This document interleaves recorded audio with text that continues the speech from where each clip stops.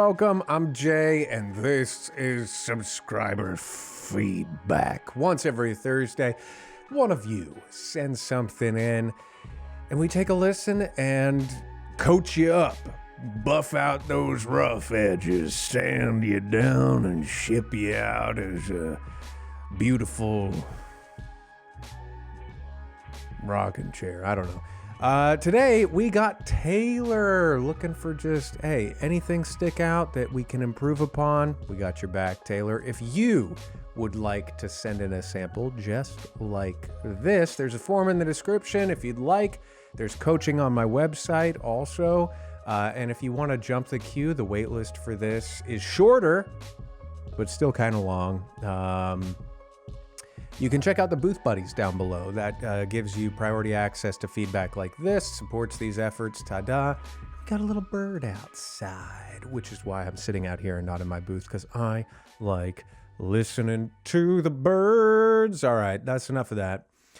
I'm having an okay day, if you couldn't tell. Anyway, Taylor, let's take a listen. Out of sheer frustration, though I awoke less than an hour ago, I follow her instruction and go into the building. To my amazement, I fall asleep. Pausing really quick, good start. The thing that's jumping out to me right away is we can probably flow through this a little bit more. A lot of these phrases are coming in roughly the same timing. They're each just a few words long, and they kind of run in a similar pattern. Out of sheer frustration, Ba-da-ba-ba-ba-ba. though I awoke less than an hour ago, Ba-da-ba-ba-ba-ba. I follow her instruction. Ba-ba-da-ba-ba-ba. And we can probably just make those a little bit more fluid. So as an example, Out of sheer frustration, though I awoke less than out of sheer frustration, though I woke less than an hour ago, I follow her instruction. follow her instruction. So it could be that it's structured like with a comma in the middle there.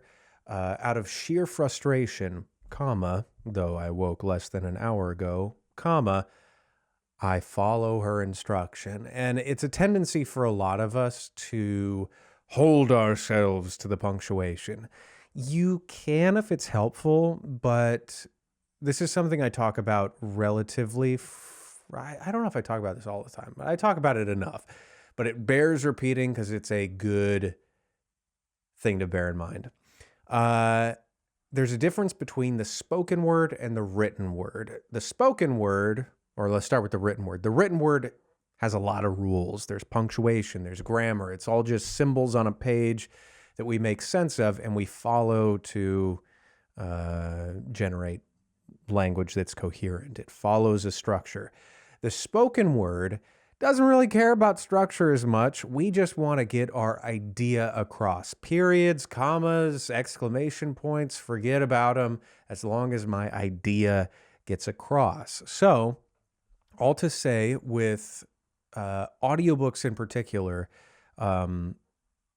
follow the thought chunks a little bit more and allow yourself flexibility around the punctuation when and where you need it, because it'll generate a more spoken experience rather than reading something off of the page, which is generally pretty useful.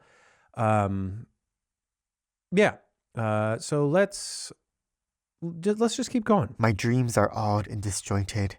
Moments before I awake, I float up from my sleeping position, slip through the closed door, and see the old woman who still sits in front of the open pit fire, cooking another small creature.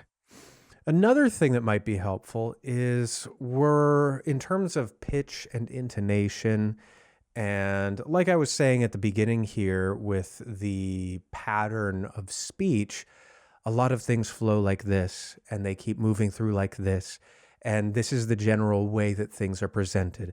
And the way that we speak, or I think it would improve your performance here a little bit if we explore different areas of,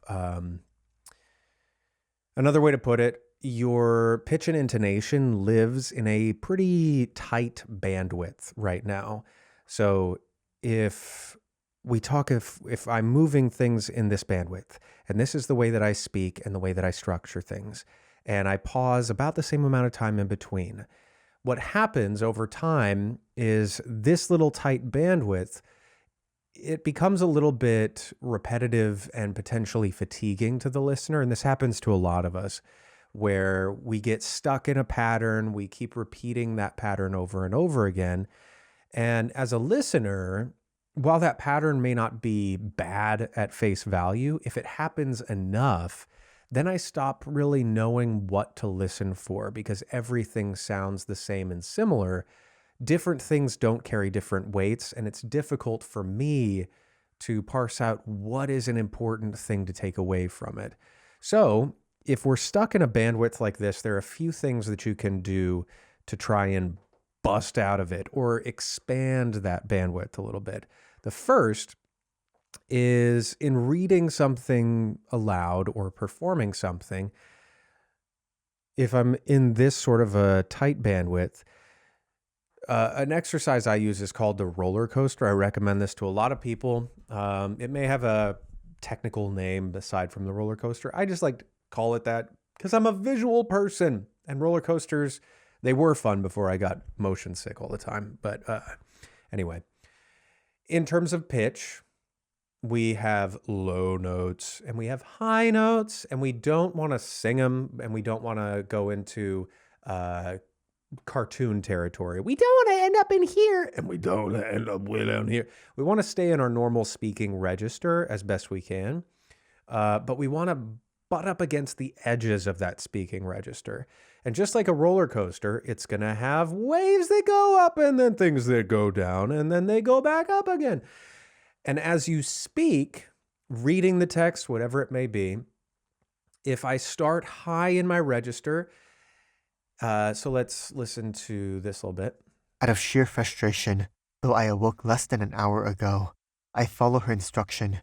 Out of sheer frustration, though I woke less than an hour ago, I follow her instruction. So I'll start high and then go low and then go high again.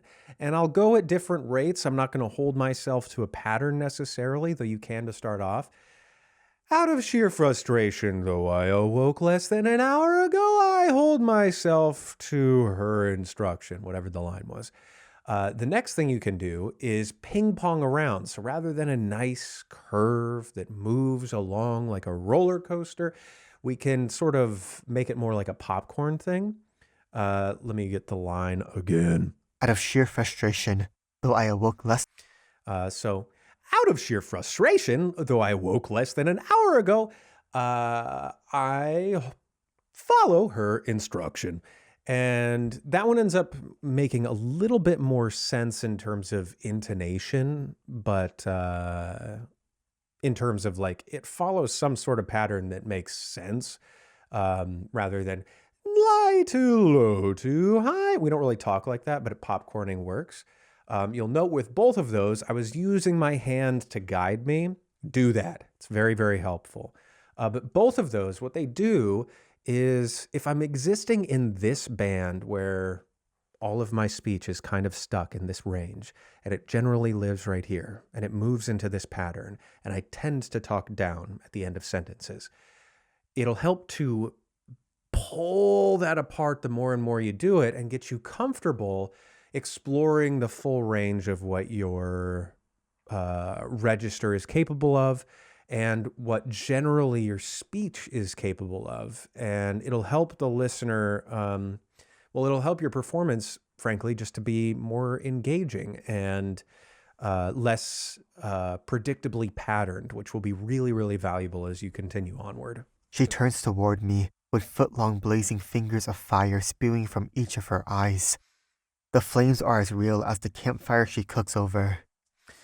Nice. Terrifying image, that. The other thing is there are moments where I think, honestly, that the intonation thing, the more you invest in it, it'll help a little bit with certain words getting a little bit slurred or garbled.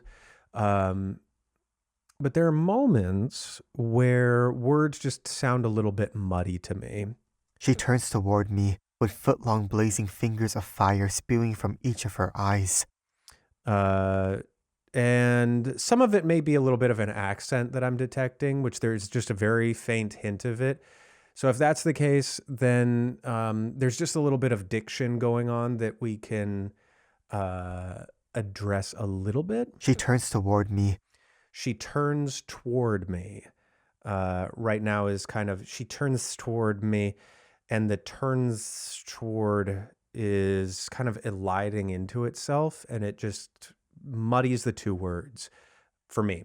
So she turns toward me. Just hitting that second T in this specific instance would be helpful. So generally, I'm not a speech coach by trade. I have some experience in it, but there are people who are dedicated in terms of their career in working on diction and things like that. And they would have a better idea of what exactly we should focus on. So I'm not going to talk too much about that because that's not my total expertise. And I don't want to end up saying something that's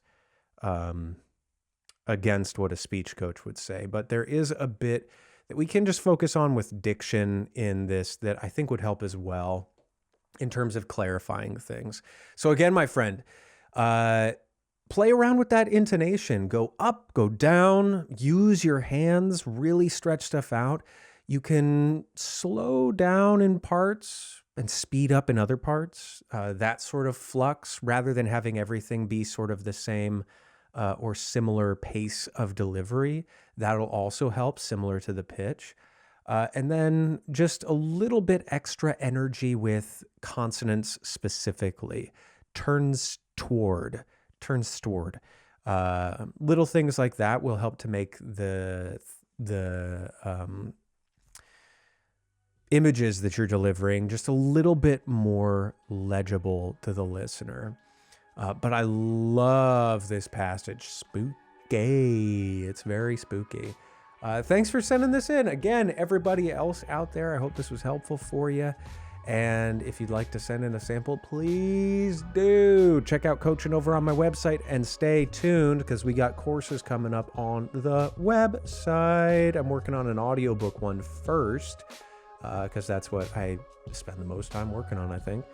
And I forgot what else I was going to say, but I'll remember sometime. Anyway, until the next one of these, be well. Toodles.